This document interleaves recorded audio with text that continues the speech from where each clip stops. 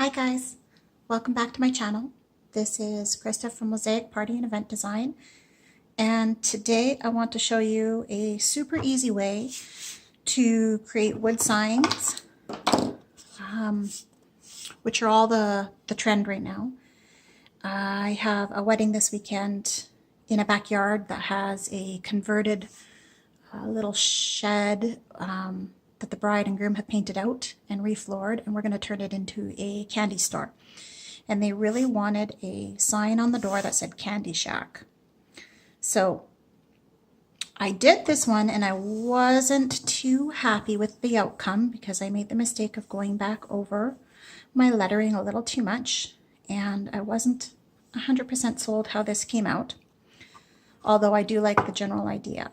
So I thought it was a great opportunity to show you how I'm doing this and how anybody can do a quick sign if they're in need for a quick rustic sign for an event or home decor or even a gift. Typically I work with people who professionally do these, but there are times when I just want a nice little simple project for friends' weddings and events who are not spending the money on graphic artists or painters. So this is a great little DIY project for everybody. What you're going to need is some scrap wood or just pre-cut wood that you've stained. These are just little 1x4s that I had left over from another project, and size-wise I thought they would make great little signs, so I kept them and I pre-stained them out. Now I used a Varathane brand gel stain, which is great because you can just wipe it on and wipe off the excess, and within minutes it's fairly dry. And I have lots of these boards just sitting aside waiting to be used in another project. So I thought they were perfect for this.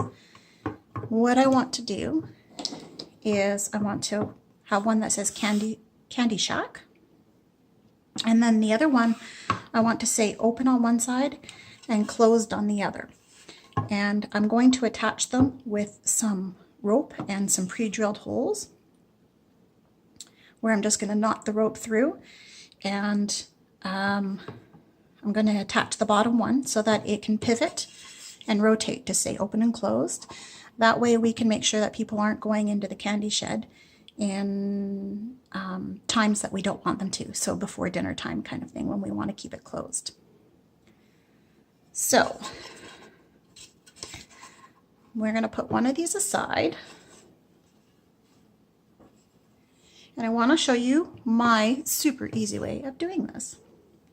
So I've gone to my computer and I've just simply picked a font that I like. This is just a modern calligraphy style font. You can choose whatever one that you like. I just happen to really like the flow of this one. It's a little bit between traditional and modern calligraphy.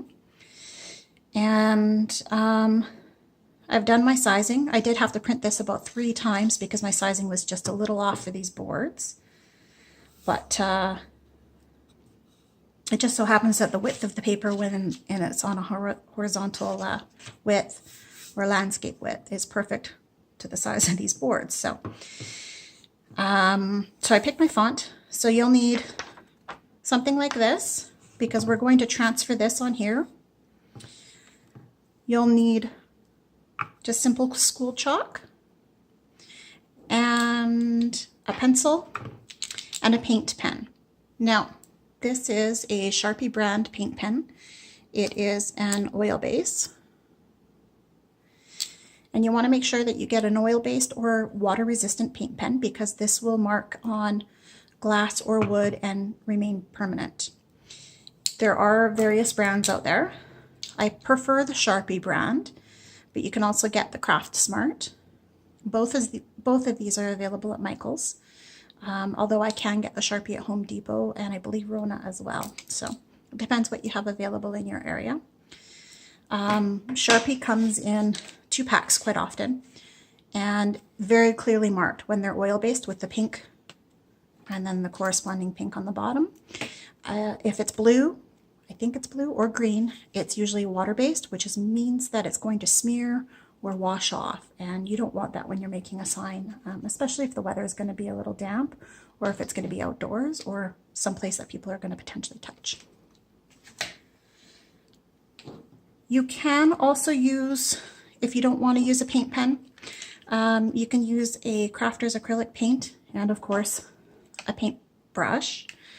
However, most people are more fluid with using a pen or pencil than they are a paintbrush. So for today, even though I would prefer to usually use a paintbrush and paint, today I'm going to show you how to do it with paint pens. So what we're going to do is, first and foremost, I'm going to stabilize my board because they are just sort of scrap pieces of wood. It's not sitting quite stable, so I'm just going to use some poster putty while I'm working to just quickly put on the back of this and stabilize my board. Okay, and I'm just going to set that aside for a moment and we're going to focus on this. So what we want to do is we want to flip our paper over. I'm just going to, little bits of glue from the last project on my counter. And we want to cover where the letters are in chalk. Now, if you can see through the paper, which I can, and I don't think you can see that on the camera, is you can just follow your lettering. But for the ease of showing you the quickest and easiest way, you're just going to quickly cover anywhere there's lettering with chalk.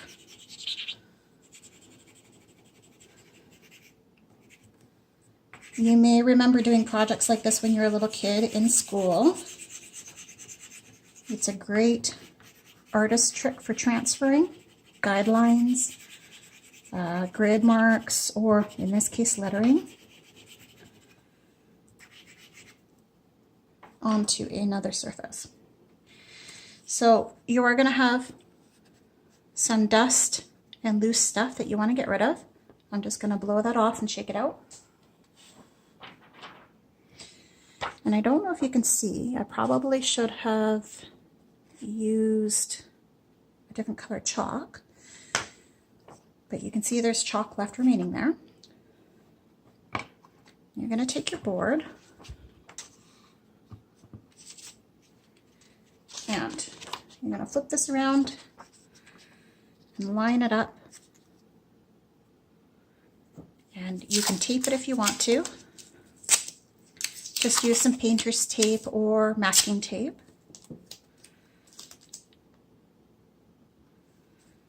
And be careful not to paint tape over any of your lettering. And that should just give it a little bit of a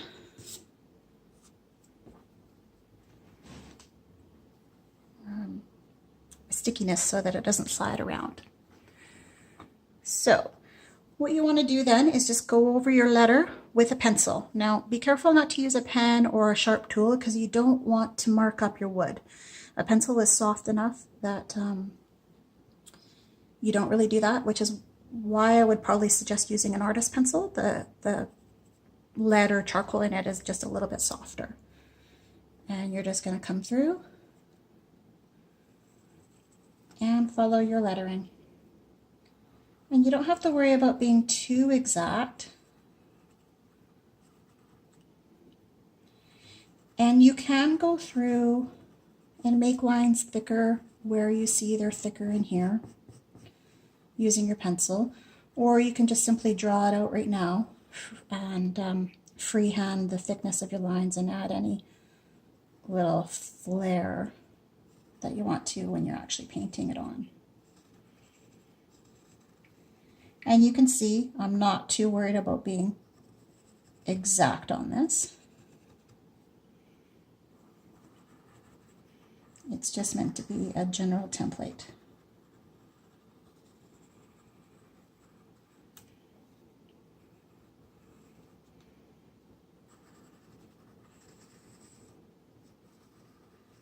What I love about modern calligraphy, oops, sorry about this, is how it's not all perfectly even, and yet it's so artistically beautiful to look at.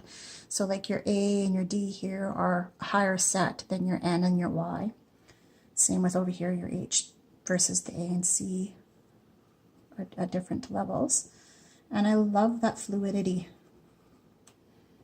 that modern calligraphy offers.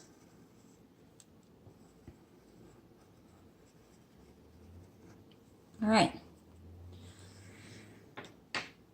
So we're going to go through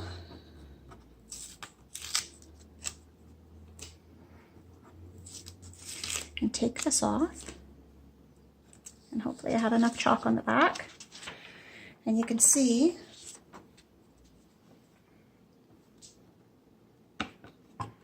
hopefully you can see that, is I got the outline of my lettering for Candy Shack. So what we're going to do now, don't worry about all the fuzziness and the loose bits. We're going to clean that up after. You want to make sure you do it after and not before. You're just going to shake up your paint pen. Now, when they're brand new, you want to make sure that you give them a good long shake and really work them to make sure that the oil and the paint is mixed together. It's probably a little loud, so I'll try and do this off camera a little. And I'm just going to use a little bit of my paper scrap. And these all have sort of a felt tip that push in, and that's what soaks up the paint into the tip. So when they're brand new, you're just going to push that tip in until you start noticing pooling of paint on your paper. You want to make sure that you do this ahead of time so that you don't muck up your sign. And that's actually what happened here, is that I went back over my sign later on and I didn't shake up my pen properly. And then I got a big blob that came out and I tried to fix it. All right, so now you want to get comfortable with this, and I'm going to try and make sure I'm still in frame. So whatever works best for you. Sorry if I'm shaking the camera a bit. And you want to try and be mindful not to smear the chalk that's on there with your wrist. So if you're like me and you tend to really lay your wrist down on surfaces, what you can do is you can use your other hand and use it as a guide. I'm not too worried about it because I do know how to do font and lettering, and I don't generally need a guide to do it. I could do it freehand if I really wanted to. But this is so much nicer to do and gives you sort of a framework. But I'm not too worried about smearing it a little bit if I actually do. So we're just going to go through, and you're going to follow your lettering. Now, I'm just going to do a once over at this thickness.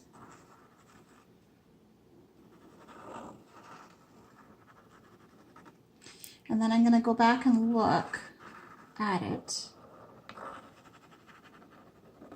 And I'm going to use the guide from earlier and just look at where it's going to be thicker. And I'll go back over once it's a little drier and thicken up some of those lines a little bit.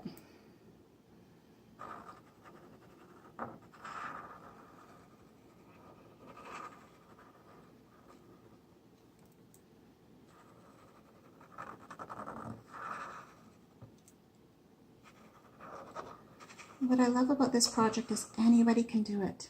So it's good for transferring patterns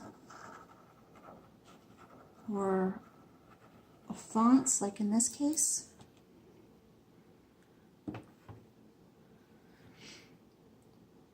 Or sketches that you've done that you want to recreate on a sign or to paint it. All right, so we're going to let that dry a little bit. It does dry fairly quickly. A little tacky there still. Once it's dry, normally I would let this sit for a while, but for the sake of the video, make sure I'm not going to ruin anything here. You're going to take a very lightly damp cloth, not very wet at all, and you're just going to dust that excess off.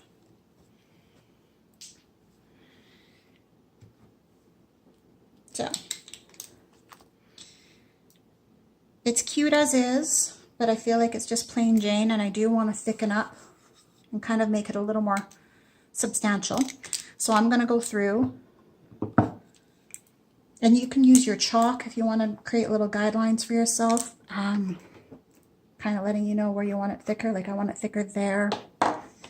You can look at your template and just kind of see where letters are a little thicker, and just kind of give yourself a little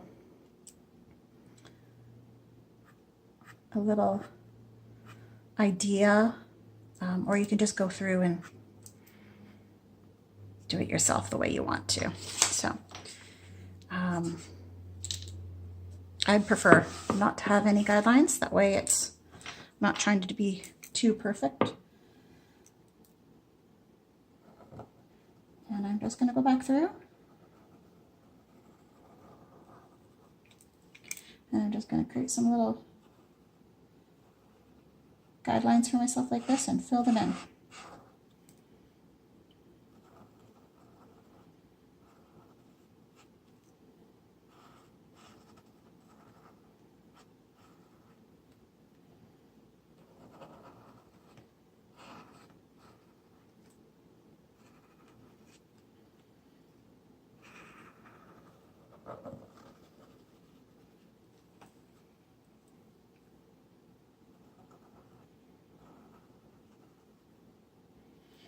And if you want a thinner line, just lighten up on the pressure. And a thicker line, just start adding a little more pressure. And feel free to turn your board as you need to ensure fluid marks.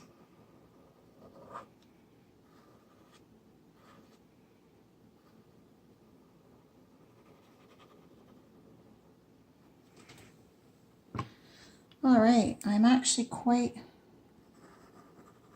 liking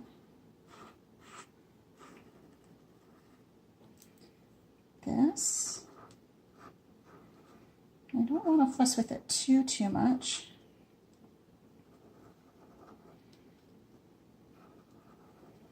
When you start fussing is when you start potentially ruining things. And you can go through and add any little flare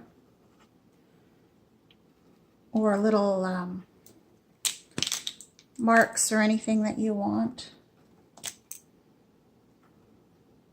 And if you find any little mistakes, just add a little curve or addition to your sign. And there you go. Candy Shack. So what I'm going to do next is take another one, and I'm going to use this template to create an open on one side, and then on the other side of the board it's going to say closed. And I'm going to attach them, like I said before, with I'm going to pre-drill some holes and use some rope, probably some burlap twine, and knot it to give a rustic look. And it's going to have 2 holes here and 1 here, and they're going to attach. And that way this one can pivot and flip over on the door that we're going to hang it from. It's going to say closed or open. So be sure to follow me on my social media pages. I'll make sure the links are in the description of the video below. And you'll be able to see the final finished project and pictures of the candy bar. We're going to have custom chocolates from a chocolatier. We're going to have a popcorn station and a candy station all in this little candy shack. So it's going to be fantastic. Follow me on Instagram at mosaic_party or Facebook at Mosaic Party and Event Design. And like I said, I'll make sure the links are in the video description below. Happy crafting, everybody. Have a great day. Cheers.